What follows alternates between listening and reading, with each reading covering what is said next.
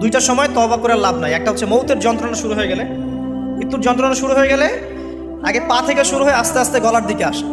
হাদিসে যেমনটা এসেছে, সূরা ওয়াকিয়ার মধ্যেও আছে যে পায়ের দিক থেকে যন্ত্রণা শুরু হয়ে আস্তে আস্তে আস্তে আস্তে এই গলার দিকে আসে, এবং আত্মাটা গলার এখানে যখন চলে আসে, এখান থেকে মালাকুল মউত আত্মাটাকে নিয়ে চলে যায়।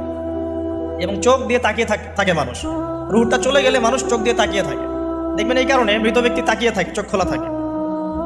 এবং তখন আসমান থেকে সিঁড়ি নামিয়ে দেওয়া হয়, ওই সিঁড়িতে করে আত্মা চলে যাচ্ছে, ও তাকিয়ে দেখে যে আত্মা চলে যাচ্ছে।